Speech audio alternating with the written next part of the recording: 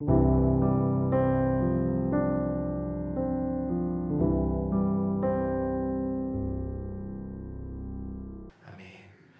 네, 말씀을 시작하면서 먼저 성도님들께 이번 선교 잘 다녀왔습니다. 또 기도해 주셔서 참 감사합니다. 먼저 감사 인사를 나눕니다. 우리 청년들이 간증한 것 같이 정말 성도님들의 기도가 아니었다면 이번 선교도 할 수 없었고, 또 성도님들의 기도 덕분에 또 후원 덕분에 이 선교를 잘 마칠 수 있었습니다. 정말 감사드립니다.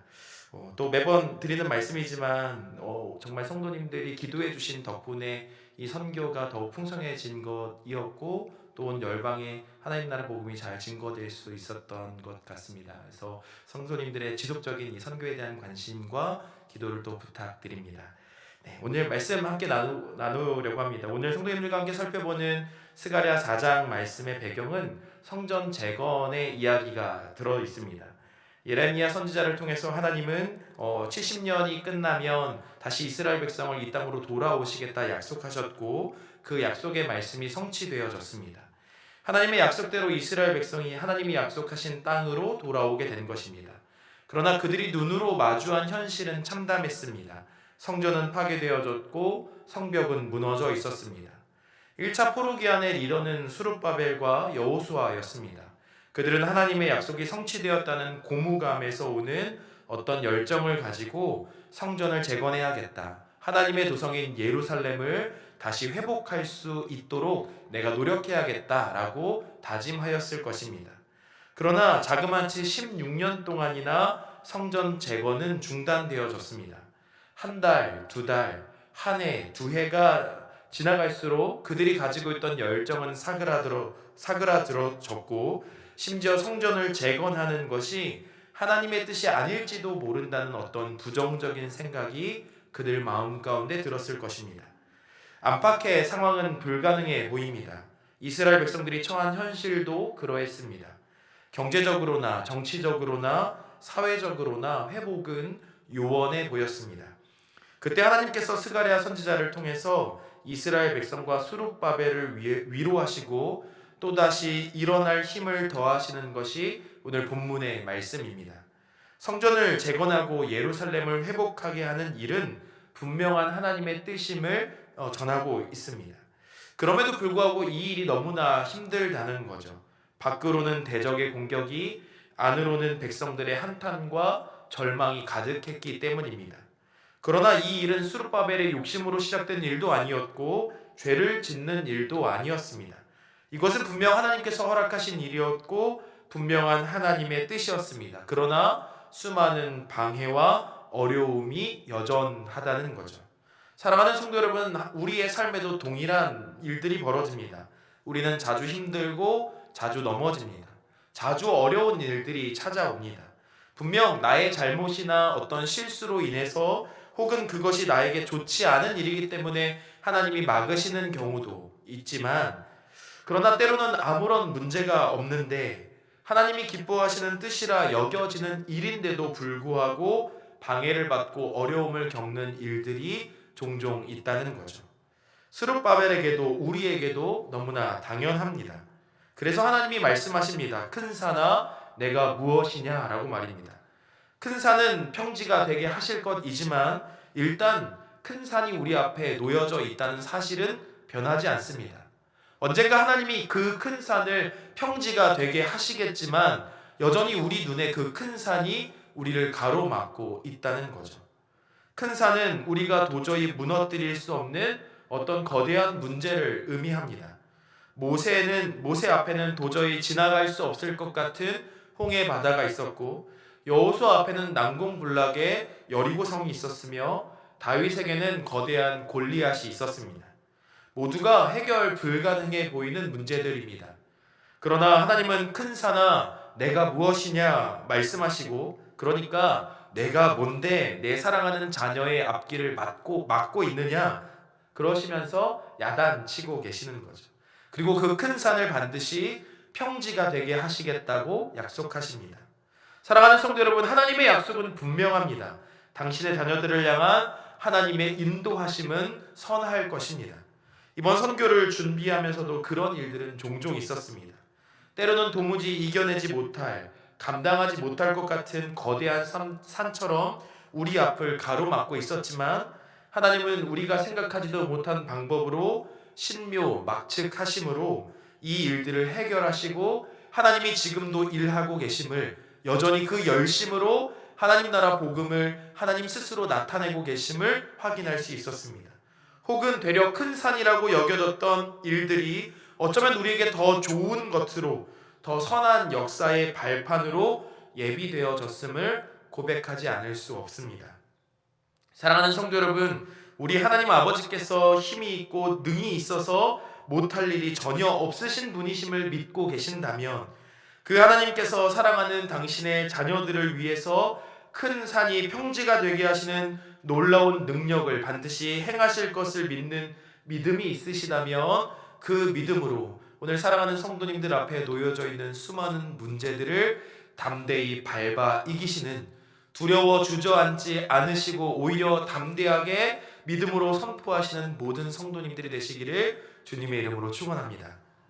그런데 이 놀라운 일들이 어떻게 가능해집니까? 본문 6절에서 하나님은 우리의 힘과 능력이 아니라 오직 주의 영으로 된다 말씀하십니다. 주의 영으로 된다는 이 말씀이 무엇을 의미합니까? 하나님의 능동적인 역사로 이루어짐을 말씀합니다. 본문에서 말하는 영은 히브리어로 루아흐라고 이야기합니다. 이 루아흐라는 단어가 가장 처음 사용된 데는 창세기입니다. 하나님의 영이 수면 위에 운행하시니라. 그러니까 이 하나님의 영은 바로 창조의 때에 역사하셨던 그 하나님을 의미합니다. 다시 말하면 창조와 생명을 의미하는 단어입니다. 이 단어는 에스겔 37장에서 마른 뼈를 다시 살아나게 하시는 생명의 능력으로 사용되고 있는 단어입니다. 그러니 오직 나의 영으로 되느니라 라는 이 말씀은 내가 창조의 때에도 그러했던 것 같이 이 시간에도 너희가 무너져 있고 마치 죽어 있는 것 같은 이때에 내가 다시 똑같은 능력을 너희에게 행하겠노라고 선언하고 계신 것입니다. 오직 나의 영으로 되느니라는 이 하나님의 선언은 인간적인 관점에서는 불가능해 보이지만 하나님의 주권적인 역사로 이루어가는 하나님의 능동적인 임재와 일하심을 나타냅니다. 사랑하는 성도 여러분, 세상 나라 역사만 아니라 우리 인생의 삶도 우리의 의도된 계산과 능력, 힘으로 되는 것이 아니라 하나님의 주권적인 능력으로 이루어져감을 믿습니다. 나의 계획, 나의 능력이 우리의 일을 이룬 것 같아 보이지만 결국 하나님의 허락 없이는 단 하나도 이루어지지 않음을 고백합니다. 우리의 앉고 일어섬도 하나님의 능력 없이는 불가능합니다. 우리가 숨을 내쉬고 뱉는 일도 하나님이 허락하시지 않으면 불가능한 일입니다. 지금 당장 하나님께서 이곳에 있는 모든 것을 다 멈추신다면 우리의 생명이 끊어지게 되는 거죠. 그러니 매 순간 모든 것들이 다 하나님의 주권 아래에 있고 하나님의 역사 가운데 있습니다. 다시 말하면 어쩌면 우리의 실패와 넘어짐, 우리 앞에 놓여진 큰 산도 하나님의 주권 아래에 있다는 거죠.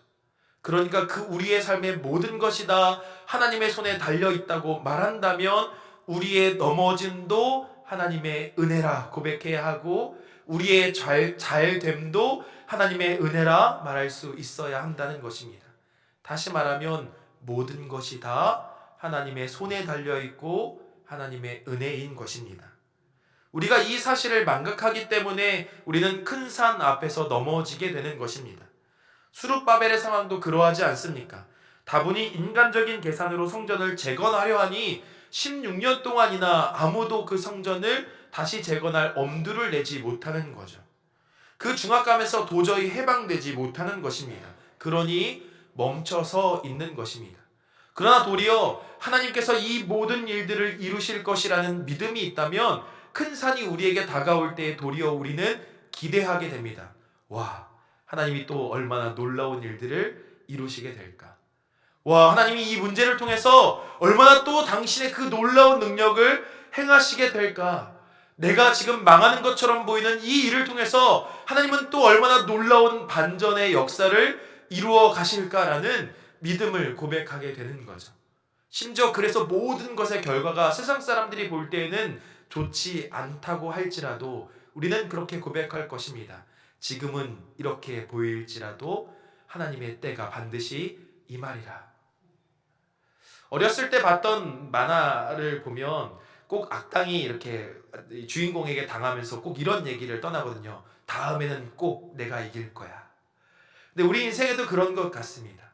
세상이 볼 때는 실패하는 것 같지만 하나님의 주권적인 역사 속에서 반드시 이루어지는 때가 있다는 거죠. 그리고 우리는 그 때를 이미 알고 있습니다. 언제입니까? 우리 주 예수 그리스도께서 다시 오시는 그날, 하나님 나라가 완성되어지는 그때 우리는 영원한 승리를 맛보게 될 것입니다. 그러니 우리는 두려워할 것이 전혀 없습니다. 왜냐하면 우리의 생명도 하나님의 것이고 우리의 인생도 하나님의 것이며 우리는 완전한 승리를 이미 보장받았기 때문입니다. 그러니 무엇 하나 두려울 것이 없습니다. 그 하나님을 신뢰하지 못하기 때문에 우리는 큰 산 앞에 주저앉게 되는 거죠. 그러니 하나님께서 하실 것이라는 믿음, 우리의 힘과 능력이 아니라 오직 나의 영으로 된다는 이 말씀을 믿는 믿음이 우리 가운데 있다면 우리는 어떤 상황에서도 주저앉지 않게 될 것입니다. 그때 우리는 이렇게 고백하게 됩니다. 은총이 우리에게 있을지어다. 오늘 그 머릿돌을 놓는 수룹바벨을 향해서 사람들이 그렇게 외칠 것이다 라고 약속하고 계시는데 그 약속의 말씀이 이제 우리에게도 동일하게 선포되어진다는 것이죠. 그 믿음을 가지고 우리가 한 걸음 한 걸음을 내디딜 때마다 세상은 우리를 향하여 은혜가 너희에게 있구나. 그리고 우리 스스로가 그렇게 고백할 것입니다. 은혜가 우리 가운데 있습니다. 은혜가 오늘도 우리를 살게 합니다. 세상이 볼 때에는 넘어지는 것 같지만, 실패한 것 같지만 우리는 이렇게 고백합니다. 은혜가 우리 가운데 있습니다. 사랑하는 성도 여러분, 이 험난한 세상 은혜 없이 어떻게 살아가겠습니까? 은혜는 자격 없는 자에게 베풀어지는 호의입니다. 하나님이 베푸시는 능력은 우리가 대단한 자격을 갖추었기 때문에 주어지는 것이 아닙니다. 도리어 우리가 자격이 없기 때문에 베푸시는 것이 바로 은혜입니다. 우리가 무엇인가 자격이 있어서 무엇을 받는다면 그것은 거래의 대가이고 품삯이지 은혜가 아닙니다. 우리 인생의 모든 것이 그분의 능력 없이 이루어질 수 없음을 깨닫는 자는 내가 바로 은혜 받은 자라는 사실을 깨닫고 있는 것입니다. 내가 은혜 받은 자라는 걸 깨달은 자는 우리 인생에 무엇 하나도 내 능력, 내 힘으로 이루어지는 것이 없음을 깨닫고 겸손하게 하나님 앞에 날마다 엎드리는 자입니다. 그래서 그 은혜를 아는 자는 날마다 하나님 앞에 머리를 조아립니다. 왜냐하면 오늘도 그 은혜가 없이는 살 수 없음을 알기 때문입니다. 그러니 은혜를 경험한 자는 더 큰 은혜를 사모하고 더 큰 은혜를 누리기 위해 자신의 삶을 더욱 하나님께 내어 맡기게 됩니다. 은혜를 누려보았으니 그 은혜를 더 갈망하게 되는 거죠. 매번의 선교가 그러합니다. 이번 선교를 돌아보면서 첫 마음이 무너진 성전을 바라보는 수룹바벨과도 같은 심정이었습니다. 처음에 사실 가고 싶었던 선교지가 있었는데 가고 싶었던 선교지가 여러 가지 상황 때문에 갈 수 없는 상황이 되었고 생각하지도 못했던 선교지를 마주하게 됐습니다. 또 여러 가지 사역들이 겹겹이 쌓이면서 지쳐가는 현실의 상황, 생각하지도 못했던 수많은 일들 속에서 수룹바벨 같은 절망감이 제 마음 가운데 스며들게 됐습니다. 그때 마음을 다잡게 하신 말씀은 여호와의 열심히 일을 이루시리라는 이번 선교의 주제 말씀이었습니다. 그러려고 잡았던 건 아닌데 하나님의 신묘막측하심은 좀 놀랍습니다. 사실 이제 계획안을 쓸 때 그냥 이 말씀 가져다 써야지, 저 말씀 가져다 써야지 고민하고 가져오지만 그래도 이 말씀이 참 좋은 말씀이라고 가져왔는데 하나님은 마치 그럴 줄 알았다는 것처럼 그 말씀으로 위로하시더라고요. 선교가 끝이 나고 다시 성도님들 앞에 서서 말씀을 나누면서도 같은 마음을 나누게 됩니다. 여호와의 열심히 이번 선교도 이루셨습니다. 우리의 힘으로 되지 아니하며 능력으로도 되지 아니하며 오직 하나님의 영으로 그분의 능력으로 이 모든 일들을 감당할 수 있었음을 믿음으로 고백합니다. 은혜를 누리고 왔습니다. 앞서 청년들이 고백하였듯이 큰 산이 평지가 되게 하시는 하나님의 신묘막측하신 역사가 이번 선교 가운데도 여전히 넘쳐났습니다. 우리의 생각보다 더 크고 놀랍게 일하시는 하나님이 계셨고, 우리에게 하나님께서 지금도 내가 일하고 있음을 나타내 보이셨습니다. 그분의 능력으로 우리 가운데 역사하고 계심을 보여내셨습니다. 그러니 은혜였습니다. 은혜 받은 자로 성도님들께 이번 선교를 고백합니다.